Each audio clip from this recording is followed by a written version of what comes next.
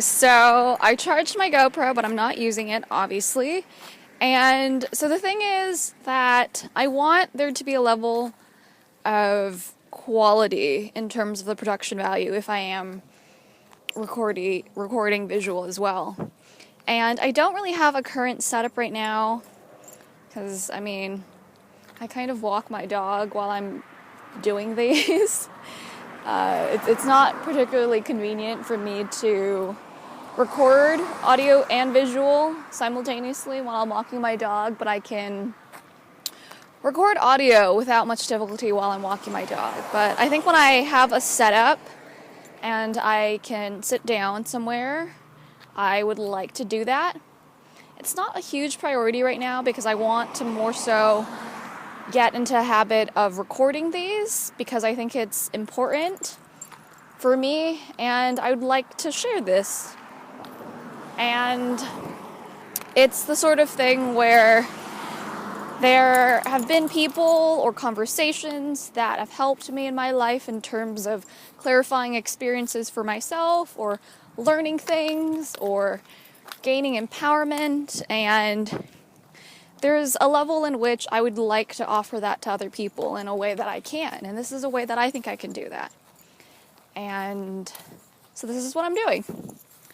I don't have a huge priority on the visual element, although it is something that I would like to do, because I think that facial expressions and there's a higher level of emotional connectivity in that sort of experience. But because I do walk my dog while I film these, because I don't have a lot of outside time, it's not something that I can do right now.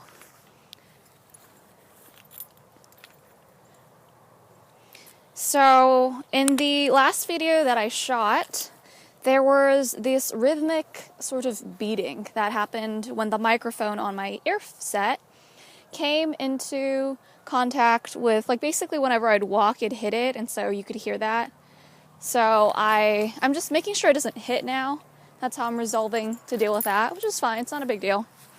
It's a lot more convenient than holding a camera still.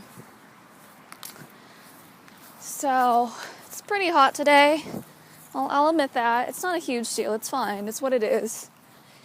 I feel the need to mention this because these sorts of things come into play in terms of my behavior and how I follow through with my day.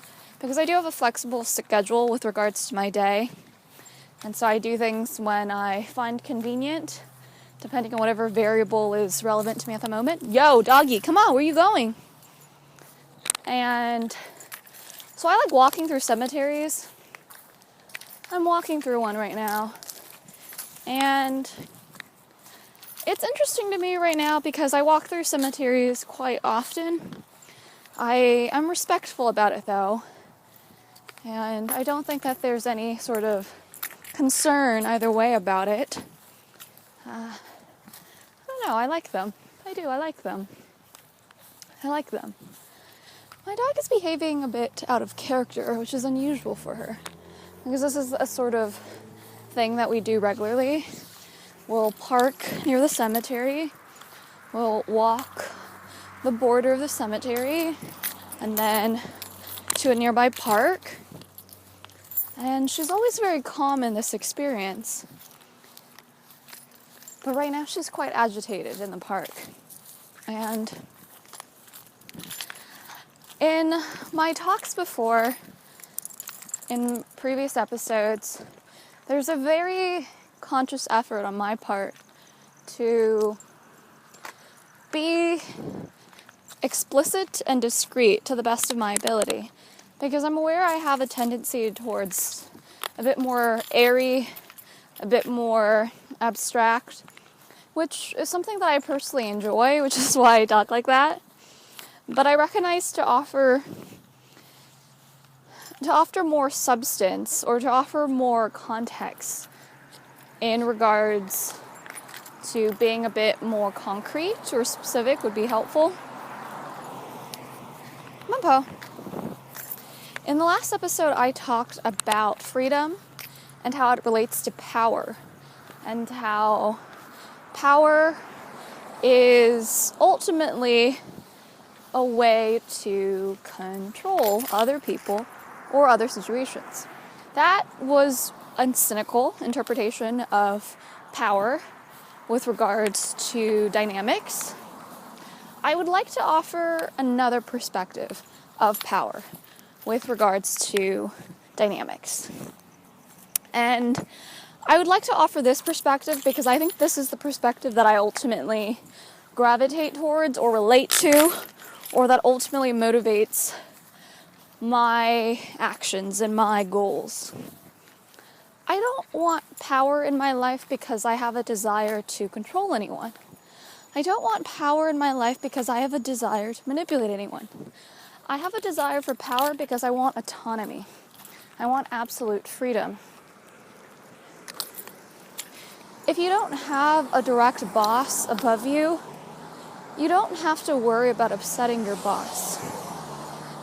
If you have a boss and your boss does something passive-aggressive or perhaps inappropriate, there's a degree in which you may feel a necessity to censor yourself, to not confront the situation or address your honest opinions, feelings, thoughts about them out of fear of retaliation, either in the form of bullying, harassment, unfair treatment, aggravating the person, or even something more dramatic like firing.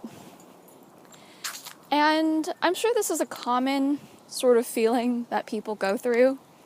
The idea that we have to be a certain way when we're at a 9-to-5 job, where there's a level in which we can't fully be ourselves out of fear of upsetting those in power, those who have more freedom in the situation than we do, people who have more leverage in a situation than we do. I'm curious how much of an issue the background noise is. I think to a degree I enjoy it because I find a level of ambient noise soothing. But if it becomes troublesome, I'll address that. If it is troublesome, let me know. I don't personally find it troublesome yet, but I could see the potential for it. When I play back the recording, I'll see. Let me know what you think. And so I bring this up because this is something that I've personally felt in my own experiences working, where there were situations that I'm being vague on this with regards to my own personal experiences because there's a level in which I don't want to identify the company or the people. So there is a level in which I'm being vague about this. But I will say that I am talking from experience. But I think that this experience is relatable to other people because it's not uncommon to have a traditional job with regards to a set schedule and having to check in with a company before you do certain things. And the reason why I do what I do, whatever it is, but most particularly I think in regards to my choice of career, is that I ultimately am looking for freedom. Well, I would say that there's two things that I'm looking for. I'm looking for freedom in terms of autonomy. Because with most sorts of 9-to-5 traditional job situations, you're in a position of submission. You're in a position in which the company or your boss or both are in a position of leverage over you. And that isn't pleasant, even if they're kind and good. It's the sort of thing where you never really truly have freedom from the situation. And I don't necessarily think that this is an issue for everyone or concern for everyone, but it is something that has influenced my decision making. And so that was one thing the desire for autonomy without my superior having leverage over me in terms of, yeah, if there is a level of unfair treatment, you don't necessarily have a desire to speak out about it because they're in a position of leverage over you. You don't want to get fired. That's one thing. The other reason that's affecting my decision making with regards to work. Poe, is there something on your paw? Come here. Why are you walking funny? Come here, hold on. Let me look at your paw, okay? Let me look at your paw. Let me feel your paw, okay? No, come here. Hold on. Hold on. Ugh. Are you okay? I don't feel anything. Are you okay? Was it your nail? Okay, let's keep walking. If I see it again, I'll look at it again, okay? Okay, let's go. So the first was the desire for autonomy without some person having leverage over me. The second influence in terms of my preference of a gig economy over traditional work or freelance work over traditional work is that I don't have a desire to work forever. Okay, well, no one does. But I don't have a desire to... I guess you could be working for an income, and you could always be working for an income, or you can create something. And when you create something, you have... Poe, come here, you're in the street. I don't like when you do that. When you create... So when you work for a company, you have an income. You are exchanging your time and your skills for a wage. And you don't get paid when that exchange isn't currently in progress, or there isn't residual payment in progress. And it's the sort of thing where I believe that a person's greatest asset in the world is your mind. I really do believe that. I do believe that everyone's greatest asset in the world is their mind. But I also think that it's the sort of thing where that asset isn't necessarily cultivated or valued enough in our society, because there's more preference on shallow sort of things like appearance, which I get from an evolutionary perspective, because obviously mating and reproduction is an inherent biological evolutionary goal. It's programmed in us, I get that. But I still believe that a person's mind, a person's ideas, is their biggest asset to the world. And how they can contribute to the collective body of information is really powerful and really important. And I guess for myself, there's this desire to contribute to that in the way that I can. There are probably a lot of people similar to me, whether they look like me, whether they're the same age as me, they have dogs just like me, they studied the same thing in college as me, they live in the same place as me, whatever it is. There are probably a lot of different people in the world who are similar to me in different ways. But I think that despite that, every person brings a unique equation into the world. Every person brings a unique set of experiences and perspectives. And I think a goal that we should all have is to really try to understand that, really try to understand those perspectives of each other, to come to, I don't know exactly, I don't think I have a specific goal in mind with regards to that. Hello. And I think it's the sort of thing where I think that it's important to understand each other, because I think that there's a lot of insights that we can offer each other. And I think I also say this because there's a level in which I don't want a sort of dictatorship in America or in the world in general. And because I don't want a dictatorship or a totalitarian in any form, that I feel a good way to handle that concern is to really see to it that people take advantage of their voice and use their voice to bring attention to what they believe. That doesn't necessarily mean that just because someone thinks something, it's completely accurate. But what it does mean is I think that what people believe, they believe because from whatever frame of mind that they're coming in, it seems right for them. I'm not a relativist in that regard when I say this, even though it does sound like I'm a relativist. I think what I'm trying to say is that I think it's easier to come to a conclusion or consensus on things if we understand each other's perspectives. When we understand each other's perspectives, we understand why people come to the conclusions that they do.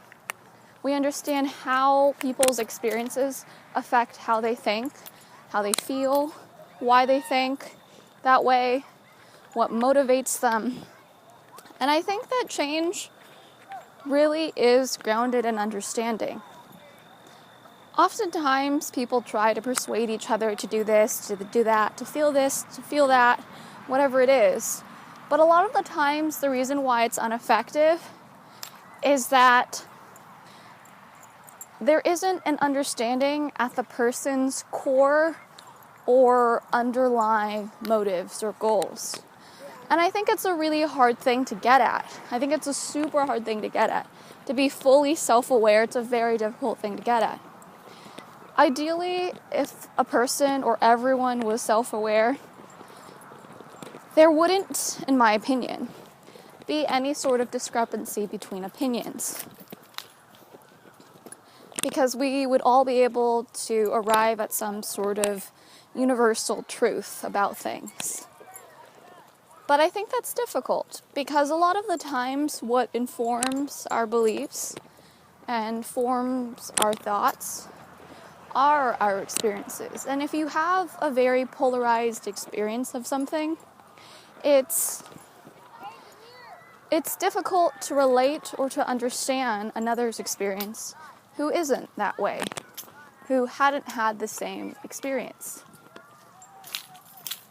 So that's what I wanted to talk about today, which was ultimately that I think that we should value our thoughts, acknowledge our opinions, acknowledge our feelings, and try to understand how we got to that point and why we feel that way. But more than that, to try to understand that in other people.